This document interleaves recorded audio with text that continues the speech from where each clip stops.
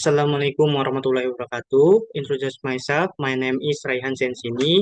Number NPM 24411081. Work class MNJ 24C. Di sini saya akan menjelaskan salah satu materi dari mata kuliah pengantar ilmu ekonomi mikro, yaitu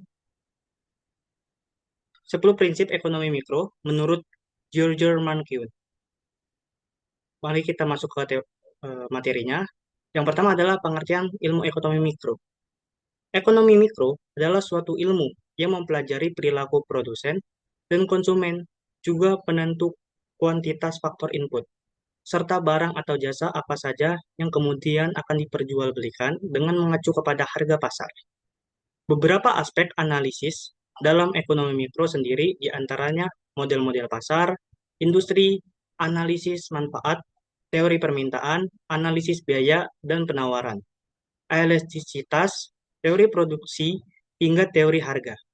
Selain itu, ekonomi mikro juga berperan dalam membuat kebijakan perusahaan mengenai pengolahan sumber daya seperti pengolahan harga. Adanya kebijakan dalam perusahaan juga dapat menjadikan perusahaan lebih strategis dan inovatif. Ekonomi mikro sangat berperan dalam memprediksi hingga merancang strategi suatu perusahaan ke depannya. Ekonomi mikro akan mempermudah suatu perusahaan dalam memahami perilaku, kemauan, dan kebutuhan konsumen. Kita masuk ke dalam 10 prinsip ekonomi mikro menurut George Mankiw. Yang pertama, yang pertama ada orang menghadapi atau trade-off. Bayangkan, seorang mahasiswa yang harus memilih antara belajar ekonomi, psikologi, atau keduanya sekaligus. Orang tua juga harus memilih antara membeli makanan, pakaian, berlibur, menabung untuk pensiun, atau biaya pendidikan anak-anak. Setiap keputusan menghadapi trade-off. Contohnya antara pertahanan dari bahan makanan, lingkungan bersih, dan pendapatan tinggi. Efisiensi versus pemerataan, kebijakan pemerintah seperti pajak dapat mempengaruhi efisiensi dan pemerataan. Terdapat konsekuensi yang harus diterima setiap individu atau masyarakat dalam mengambil keputusan. Namun, memahami trade-off akan membantu masyarakat membuat keputusan terbaik. Melalui pembahasan tentang trade-off, ilmu ekonomi memberikan pemahaman yang esensial dalam kehidupan sehari-hari. Masuk kedua, yaitu biaya adalah apa yang Anda korbankan untuk mendapatkan sesuatu. Dalam pengambilan keputusan, penting untuk mempertimbangkan biaya dan manfaat dari setiap tindakan. Contohnya, keputusan untuk kuliah memilih manfaat dalam mendapatkan ilmu dan peluang pekerjaan yang lebih baik. Namun, ada juga pengorbanan seperti biaya kuliah, buku, tempat tinggal, dan makan. Biaya ini tidak ada Biaya ini tidak hanya itu-itu saja, karena waktu yang dihabiskan untuk kuliah juga merupakan biaya kesempatan yang besar. Pengambilan keputusan harus menyadari biaya kesempatan dalam setiap tindakan yang diambil. Atlet mahasiswa yang mungkin bisa mendapatkan keuntungan finansial lebih besar di dunia profesional daripada kuliah, memahami dengan jelas biaya kesempatan yang ada. Kita masuk yang ketiga, yaitu orang yang rasional berpikir pada batas-batas. Para ekonom mengasumsikan bahwa individu secara rasional melakukan tindakan terbaik untuk mencapai tujuannya. Ilmu ekonomi mempelajari bagaimana perusahaan membuat keputusan untuk memaksimumkan laba, serta bagaimana individu menghabiskan waktu dan uang untuk mencapai kepuasan tertinggi. Keputusan rasional biasanya mempertimbangkan manfaat dan biaya marginal, seperti dalam contoh panggilan telepon berdasarkan biaya tambahan. Pengambilan keputusan bisnis juga menggunakan prinsip marginal untuk meningkatkan keuntungan, seperti menjual tiket pesawat dengan harga di atas biaya marginal. Penjelasan ini membantu memahami fenomenal ekonomi seperti harga air dan berlian yang berbeda. Kesimpulannya, individu yang rasional akan bertindak jika manfaat marginal melebihi biaya marginal. Pemahaman konsep marginal membantu dalam membuat keputusan yang efisien dan mengoptimalkan hasil secara ekonomis. Kita masuk yang keempat, adanya orang respon terhadap intensif. Insentif memiliki pengaruh besar dalam perilaku individu, terutama dalam ilmu ekonomi. Ketika harga buah apel naik, konsumen memilih untuk membeli sedikit, sementara petani apel memutuskan untuk memproduksi lebih banyak. Perubahan harga memberikan insentif berbeda kepada pembeli dan penjual. Insentif juga terlibat dalam kebijakan publik, seperti pajak bahan bakar yang mendorong penggunaan mobil yang lebih efisien. Contoh lain adalah aturan sabuk pengaman di mobil yang mengubah perilaku berkendara dan dapat memilih efek yang tak terduga. Penting untuk memahami bagaimana insentif dapat mempengaruhi perilaku masyarakat ketika merancang kebijakan publik. Peneliti ekonom Sam Peltzman menunjukkan bahwa kebijakan keamanan berkendara dapat memiliki efek domino yang kompleks. Yang kelima, perdagangan menguntungkan semua pihak. Mungkin Anda telah mendengar bahwa Tiongkok adalah pesaing utama AS atau Amerika Serikat dalam perekonomian global. Perusahaan-perusahaan dari kedua negara bersaing untuk pasar pakaian, mainan, panel surya, ban mobil, dan produk lainnya. Meskipun bersaing, perdagangan antara AS dan Tiongkok memberi keuntungan kedua belah pihak dengan spesialisasi dan kesempatan memperoleh barang dan jasa lebih murah. Tiongkok adalah mitra dan pesaing bagi Amerika Serikat seperti negara lainnya.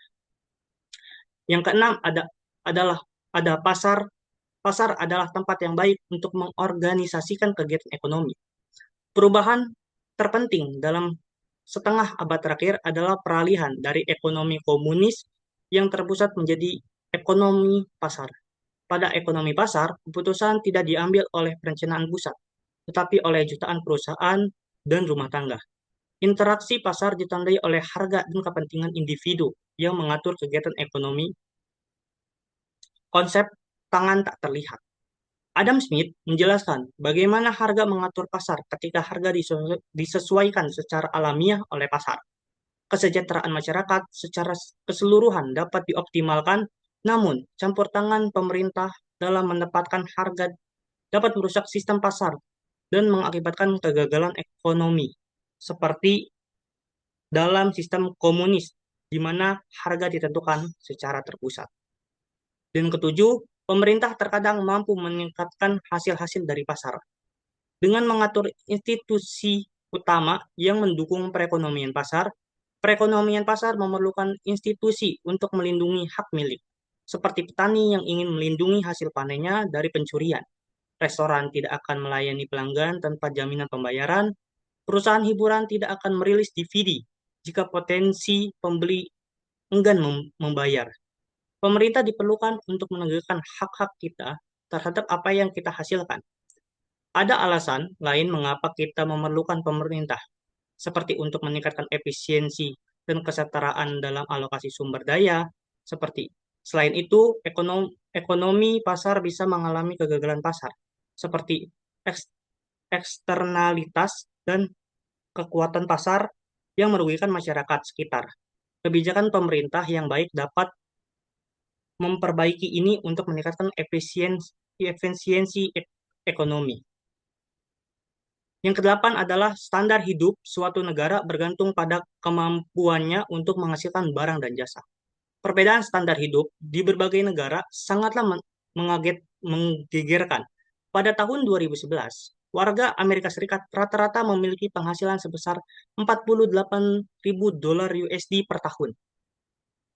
Pada tahun yang sama, warga Meksiko rata-rata berpenghasilan 9.000 dolar per tahun, warga Tiongkok rata-rata berpenghasilan 5.000 dolar, dan warga Nigeria rata-rata hanya menghasilkan 1,2 ribu setahun. Tidaklah aneh jika perbedaan yang sangat besar dalam pendapatan rata-rata ini tercermin pada berbagai ukuran kualitas hidup. Penduduk di negara-negara berpendapatan tinggi memiliki lebih banyak pesawat, televisi, mobil, nutrisi yang lebih baik, layanan kesehatan yang lebih baik, dan usia harapan hidup yang lebih panjang. daripada penduduk di negara-negara yang berpendapat rendah. Perubahan dalam standar hidup dari waktu ke waktu pun cukup besar. Di AS, pendapatan dalam catatan sejarah tumbuh sebesar 2% per tahun setelah disesuaikan dengan perubahan biaya hidup. Dengan tingkat pertumbuhan seperti ini, pendapatan rata-rata menjadi 2 kali lipat setiap 35 tahun sekali. Sepanjang abad yang lampau, pendapatan rata-rata AS telah meningkat sekitar 8 kali lipat. Yang kesembilan, harga-harga meningkat jika pemerintah mencetak uang terlalu banyak. Pada bulan Januari 1921, harga koran di Jerman adalah 0,3 mark. Namun, pada November 1922, harga tersebut melonjak hingga mencapai 70 juta mark. Kenaikan harga secara spektakuler ini merupakan contoh inflasi yang signifikan dalam sejarah, di mana semua harga dalam perekonomian meningkat. Pada tahun 1970-an, AS juga mengalami masalah inflasi dengan tingkat harga naik lebih lebih dari 2 kali lipat. Presiden Gerald Ford menyebut inflasi sebagai musuh nomor satu. Penyebab inflasi umumnya adalah pertumbuhan jumlah uang yang meningkat. Perawatan perawatan tingkat inflasi yang rendah merupakan tujuan penting dalam kebijakan ekonomi global. Dan yang terakhir, masyarakat menghadapi trade-off jangka pendek antara inflasi dan pengangguran. Meskipun tingkat harga jangka panjang tinggi, dampak peningkatan jumlah uang lebih kontroversial dalam jangka pendek.